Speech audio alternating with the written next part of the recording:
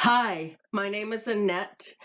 I'm here in the Blue Ridge Mountains of North Carolina, coming to you with many videos. This one is just to help us step back, take a moment, and count to 3 before we take action or before we say something. I find myself every day hearing more and more about how people are wanting to get along, but there's so much going on that is robbing us from that rest and or peace to be great with each other. In this video, I'd like to share with you how to be powerful and influence with love, kind words, forthrightness, beauty, and again with love. Choose how you will lead your people, your friends, your family. Will you be the Pied Piper, or will you teach from fear? We all remember the movies and the stories that we've read to our children, or just read for ourselves, or been read to, about a Pied Piper that blows his little flute and leads the children out of town. I know we don't want to do that with people. Well, I don't want to do that with people. But if you really look at yourself, we're all leading people, or we're all leading somewhere in our lives, whether it be at work or family or with friends while out. And maybe we're following at that time also. But there's always a place that every one of us are leading people.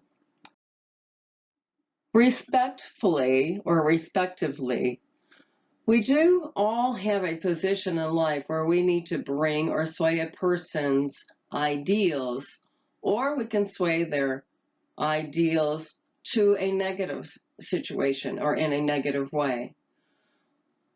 This is Martin Luther King Jr. Did he lead? As he said, I have decided to stick with love. Hate is too great a burden to bear. Did he use techniques that honor each individual? He said, I have a dream that my 4 little children will one day live in a nation where they will not be judged by the color of their skin, but by the content of their character.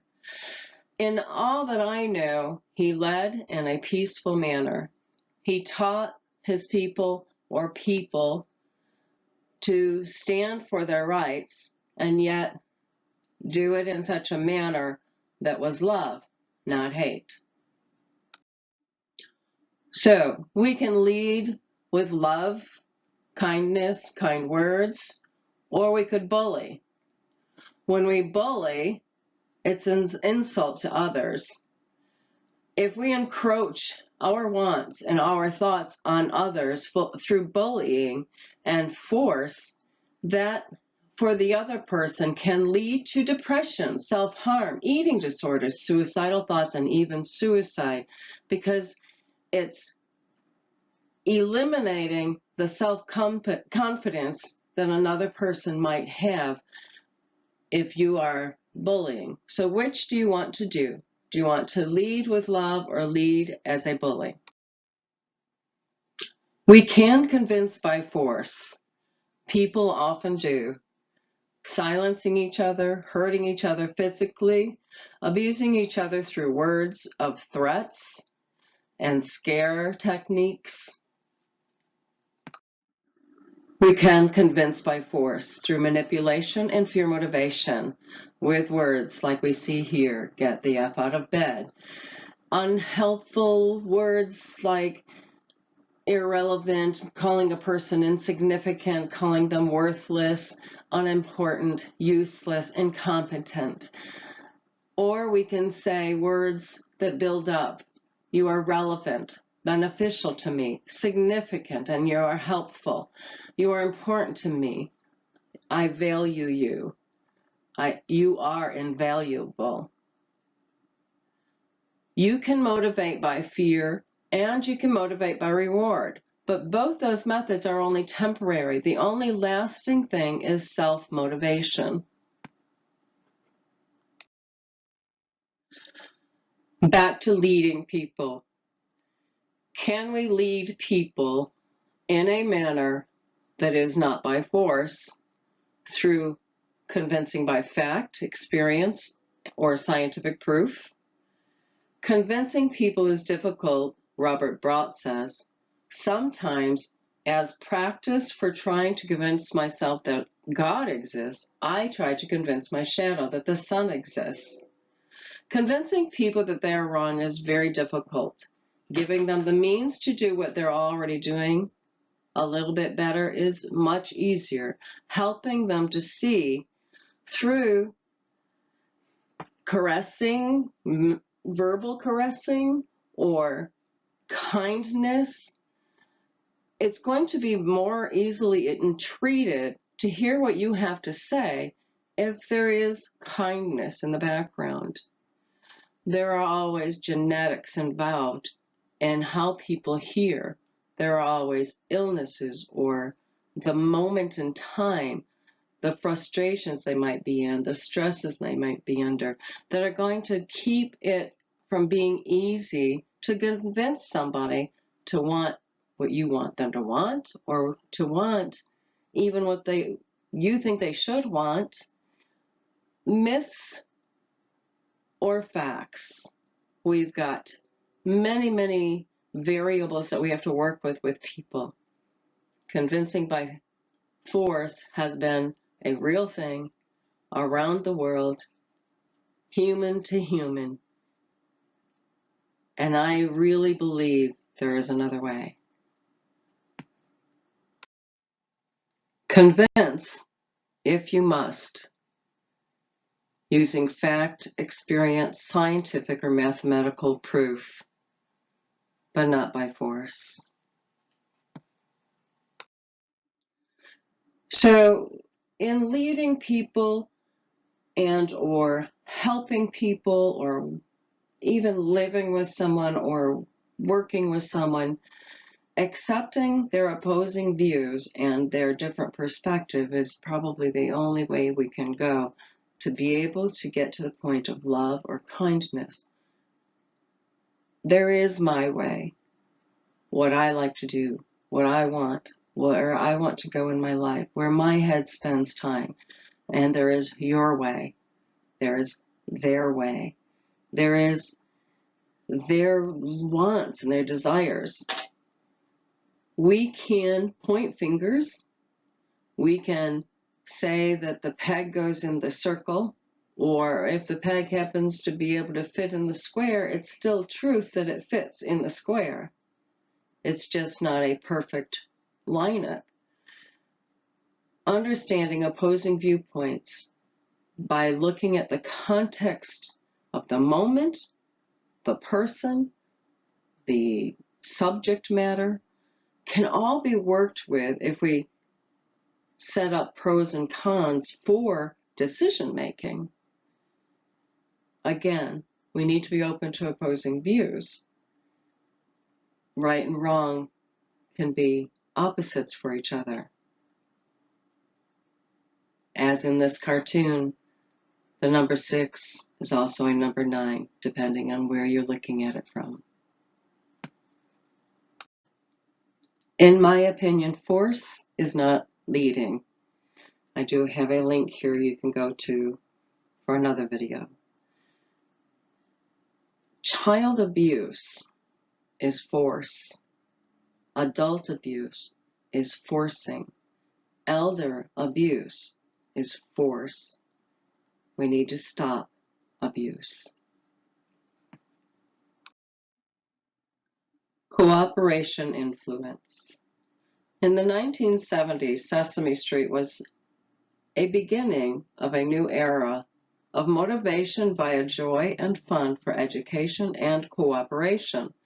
Many people back then were saying how they feared it would not be the best way to raise children. Granted, if we are not real in our expectation of children and each other, we could lose ground in ourselves. Let's look at the ideal of cooperation influence. I would like to take a little moment here and talk about a 3-second rule, just like having to stop at a stop sign. stopping, looking, listening, and then proceeding are very important. People pray to stop.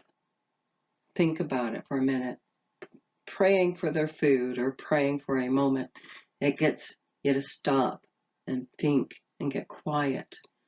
Positive thinking can cause us to have great responses, but when fear, doubt, and worry are sitting there in our heads as we're going to respond or as we're going to talk to someone, and if we're going to lead or if we want to convince, we need to really stop, count, think, look over the situation by observing, then proceed physically, verbally, mentally, heartfully.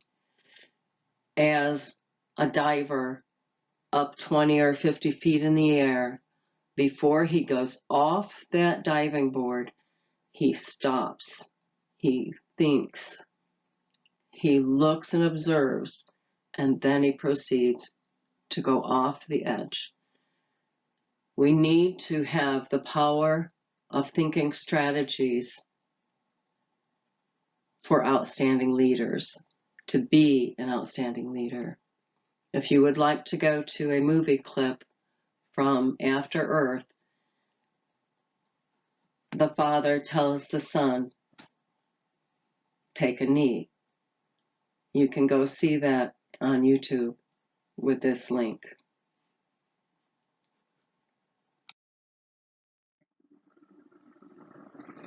According to this quote, fear is an acronym in the English language for false evidence appearing real.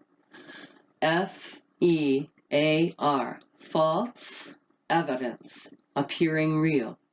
What gets many to do or to want to use force or manipulate is fear. Fear most often rules our choice to bully. Fear of others going against our beliefs, fear of domination, fear of being overruled, fear of negative possibilities.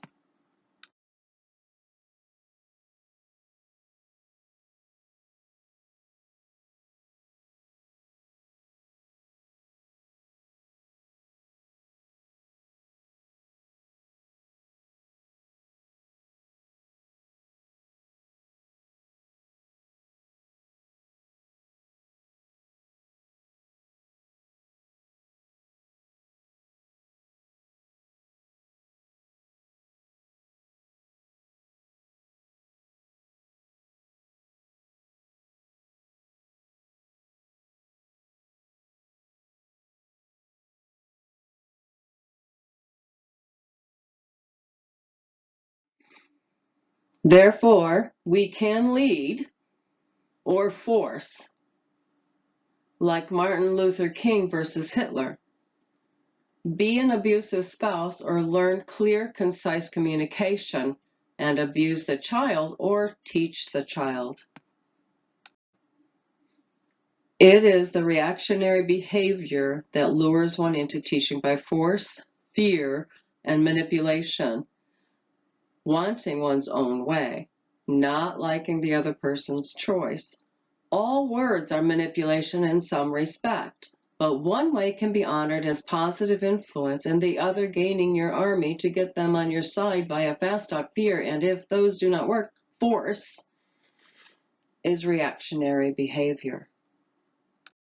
Here, I have just a few things that I've read that help me learn to take a knee. Readings and practices to learn how to take a knee are very important to take into our life.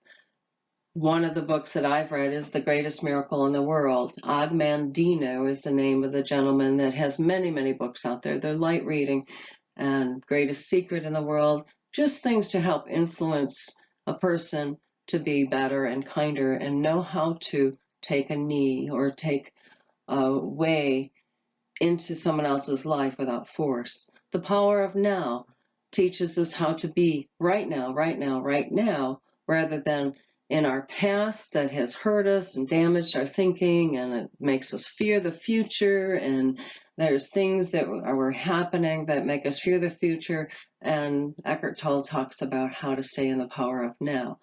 Power for Abundant Living by Dr. Victor Paul Wierwille. That teaches scripturally how to stay with an abundant life and to be great with other people. Of course, there is the Bible and many other aspects of that. We have How to Win Friends and Influence People by Dale Carnegie. Very, very wonderful reading and wonderful book. We have practices with yoga, qigong, tai chi. We have Landmark Education that talks about what you're looking at, how you're looking at a person, what you're thinking, and how to change that thinking so that you can get along and communicate better. So we need to be clear and concise when speaking. We need to be forthright and pure, not negatively manipulative. We need to be powerful in our own person, like the greatness of water. Let fear go. This then will motivate and influence without guns and fists. I do not mean if the lion roars, stand there and be eaten. I do mean, do not be the lion that roars to scare its prey. We are equal. We are one species from different environments and religious food. Convince if you must with clever revelations revealing whys, not do or else. Thank you for hearing me out. I wish only for goodness to be in your life. Annette.